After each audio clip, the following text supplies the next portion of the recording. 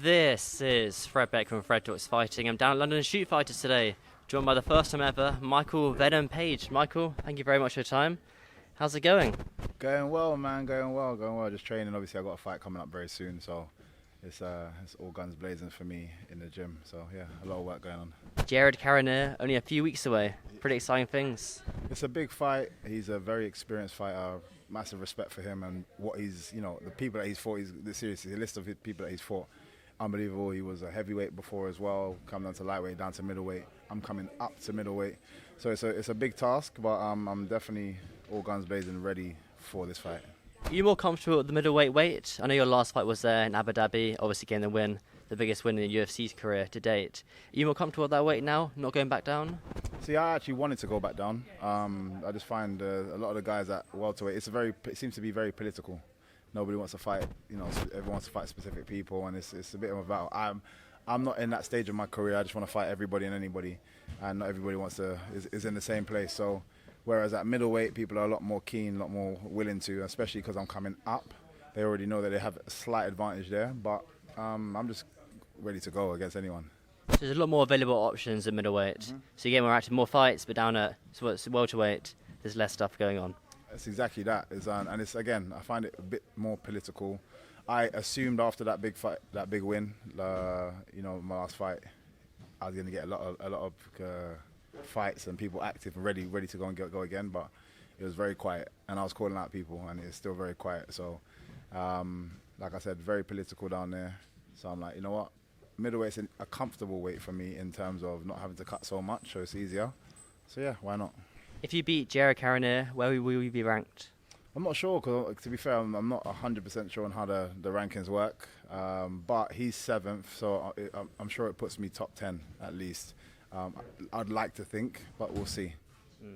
Okay. Who wins out of DDP and Hamzat? It's a difficult one, simply, and I say this all the time, and it's weird. The more you watch DDP, you have to kind of respect the wins that he gets, regardless of how he does it. Like I said, I just find it messy. I'm sure he trains. He's very tactical. He's very skillful, but he just looks messy. And he somehow just knows how to keep finding ways to keep winning fights and so on and so forth. So I've never really rated him in terms of style, but he's a winner. So you got to put massive respect to him. But Hamzat, I've actually got the privilege of watching him train. So I've seen his quality. So I would definitely put my money that way, but it's just hard to bet against it. So it's a great fight. The trash talk could be even better. DDP's become quite a fan favourite because of the level of trash talk and how far he goes with it, taking it almost too far, which is always entertaining to see. Is it nice though, being in the UFC? I know you've fought on Bellator, you've done the bare knuckle stuff. Can I get to the prime promotion now, almost towards the back end of your career?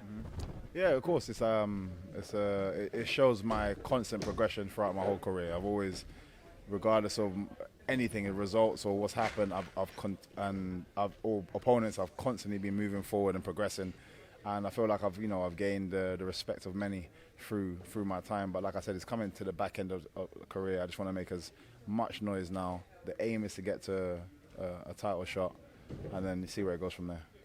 4 or 5 fights away from a title shot. Is that fair to say? Is that a good estimate? I'd say less. Again, if I get a big win here against Jared, and I get another, say top 5 opponent next, I'm right in the runnings for a title shot. Next year, I do want to fight in the UK before I call it quits, because that's what the fans are asking for. So I'd love to fight at home ground in the UFC. So next year maybe I get a big UK fight, and then I'm looking for a title fight. Your thoughts on Jon Jones ducking Tom Aspinall? I wouldn't even see it like that. Again, I kind of understand the politics of it as well, in the sense of he basically said it's like it's not that big of a fight. And although I would love to see that fight, I'd love to see that fight for the sake of seeing the fight, but also people love to shoot down the guy at the top, and everybody's always waiting for the person at the top to fall. And sometimes just respect him for what he's done in his career, leave him to end his career if he has ended it, and enjoy the next generation come through. So I think Tom Aspinall is going to have an amazing career of being an absolute dominant beast. He already is, but I think it's just going to continue for many years to come. let's just enjoy the fact that we had an amazing champion, and we now have a new champion. But I think the hate comes from him saying, I'm going to fight Tom Aspinall, I'm going to fight him, and then leaving it a whole year, holding the whole division hostage, and then not fighting him at the end. That's where the ducking claims come into it. So my thing is also, nobody's putting blame on, say, the UFC. They have equal amount, if not more, because they can pull people's titles. They have the last say. Mm-hmm. So technically, if they wanted to make anything happen, because in the fight against Jon Jones and who was it that they had him fight after 4 years, I don't think that should have had even happened. It's still gone. No. It was after that. Stipe. I don't think that should have. Stipe had been out for like 4 years, and I feel like if that's what the fight that he was going for, Tom Aspinall deserved that fight, and it was the UFC that backed the fight against Stipe. So again, if they decided that they didn't want that fight to happen, that fight wouldn't have happened. So we can't just put sole blame on Jon Jones. But like I said, yes, it was an annoying thing to do and keep, especially if you kind of knew or felt like he wasn't going to do it. It's annoying, but like I said, I feel like people are quick to strip people from small mishaps that happen. This guy has had an crazy career, a career that most MMA fighters would beg to try and achieve. We have to give him his flowers. No, certainly indeed. In getting to the UFC, there's a lot more media obligations, big limelight. You've been on Ariel shows plenty of times, Vanilla Drama interviews, MMA Junkie, Matt Life, all the media, the press conference, even coming down at the gym. Do you enjoy doing the media, or is it more of a chore going into the back end of your career? I kind of, to be fair, I've always seen it as just part and parcel. It's important. What you guys do for us is important to kind of push us out to more of an audience, which gains us support. Because people need to hear that side. They only get to kind of judge us from the 15 or 25 minutes that we're in the cage. And a lot of time you don't get to actually see the person or the personality. So what you guys do for the fighters is exceptional. And I think it's just it's a great partnership. So you have to kind of make time, make physical and mental time and space to actually do these interviews. So I've always been okay with it. All right. It's interesting seeing all the UFC fighters, because you only see them for 25 minutes twice a year or 3 times a year. Exactly. And a lot of time you might miss their fight, so it's good to get the other end of the stick, where you see it both ways. 100%. Let's talk about this then. You mentioned a few times this interview about coming towards the end of your career. Do you see yourself doing any other forms of martial arts, or end in MMA? Yeah, you know what? Again, I'm a martial artist, and I love the competition. So you've seen me in a jiu-jitsu competition before. You know, that might be something I'd like to continue with, just to kind of stay in shape, stay fit, stay, close to the sport. So you may see me doing certain things, but I've got quite a few other goals going on there outside, starting a film company, ITM. So we're doing films. I'm going to be acting myself as well. I'll be busy, I'm sure, but yeah, I'd still like to try and stay in and around it where I can. Do you think you're a better actor than Michael Bisping? Oh yeah, definitely. Right. You guys will see it soon. It's good. It's definitely good to branch out. I love when you see other people, or like UFC fighters or fighters in general, just make cameos in different films. It is good to see indeed. Look at a couple of points of view. You train down here with KSI. How's that been, seeing KSI's progression? You know what? For me, I give anybody respect that can, especially in our gym. Our gym's a very tough gym to be in. Alexis pulls no punches with anybody. So if I can respect anybody that can be here. I don't care what background you come from or what your reputation is outside of the gym. You get respect if you can push through the type of work that we push through, and stay in it. And he has done exactly that. So you have to give him his respect, man. It's a lovely person as well. Again, everyone's got their online personas, but just when you meet him, seriously, he's such a sweetheart of a person, lovely person, respectful, and like I said, hard worker. What was it like being in this video last week as the referee? Is it your first time being a referee? Actually, no. So a good friend of mine, Ed Lofts, used to run charity boxing fights ages before it was even really popular, called Victory Boxing, and I was always a special guest referee for that. And because there was a lot of money on the line, I wanted to give them a little bit of a chance, because obviously the caliber of fighters is a big difference, especially when a lot of these guys are new. So some of them took a few knocks, but I was like, I wanted them to try and push through, see if they can get even a little bit of money.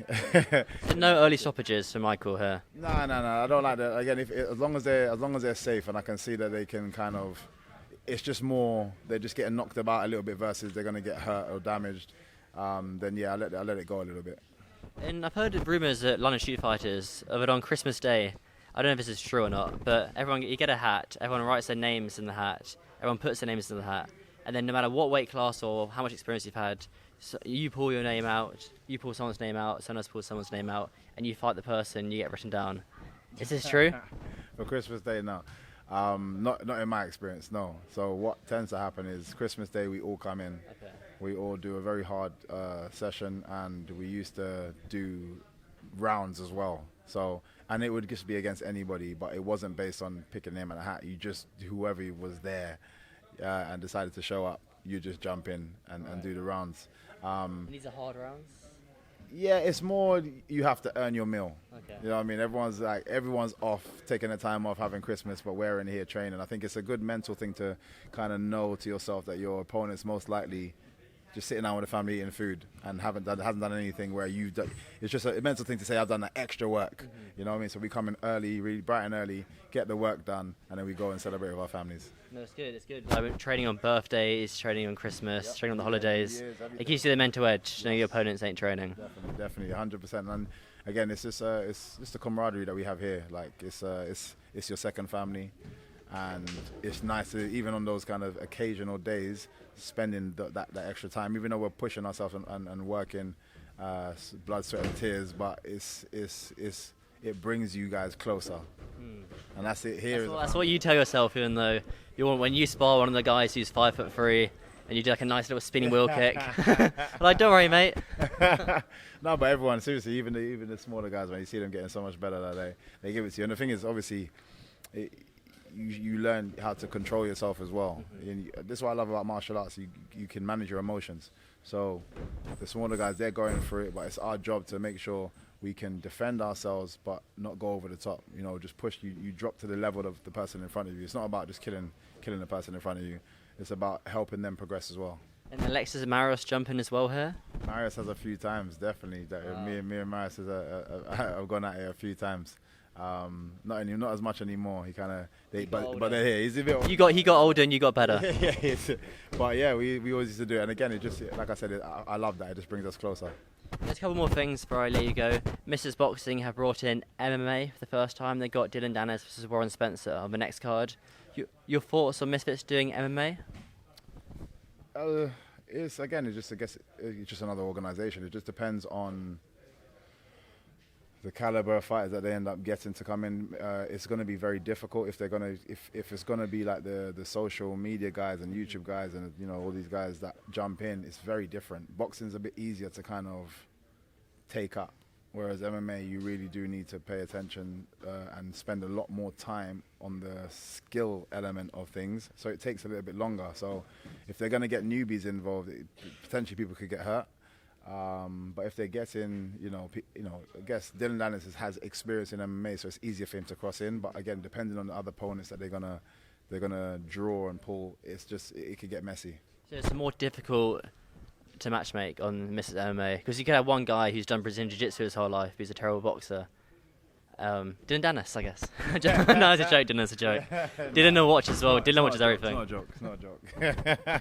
No, I'm joking, Dylan. Nice guy. But apart from that, what else is coming up for you the next few weeks? I know you got your fight, but life after the fight, what's on your radar? Yeah, so just family. I've actually got my nephews here with me today. They're over, so doing some training. Two of our nephews won. It's technically their first international because they came over here. I entered them for a competition. They both won their competition in freestyle kickboxing, which is what I started in. They're exceptional. They're here training with me every morning as well. So they're getting put through their paces. But they're enjoying it, having a good time as well. So it's just family time, training, and then even after that, I go and visit them in Miami. So they're leaving just before I fly out, and then I go and see them again after the fight. So for me, I'm always about family. Holiday in Miami? Always, seriously. Yeah. It's always a holiday in Miami. No, Miami's fun. Miami's really good. Yeah. We go there a lot for Aiden Ross, a lot of his events there. Yeah, okay. And I just turned 21, so now you can actually go out rather than stay inside. So Miami will be fun next time we go back. But yeah, Michael, as always, thank you very much. No worries, and yeah, no worries. hopefully I'll see you soon. Definitely. Take care, man. See you.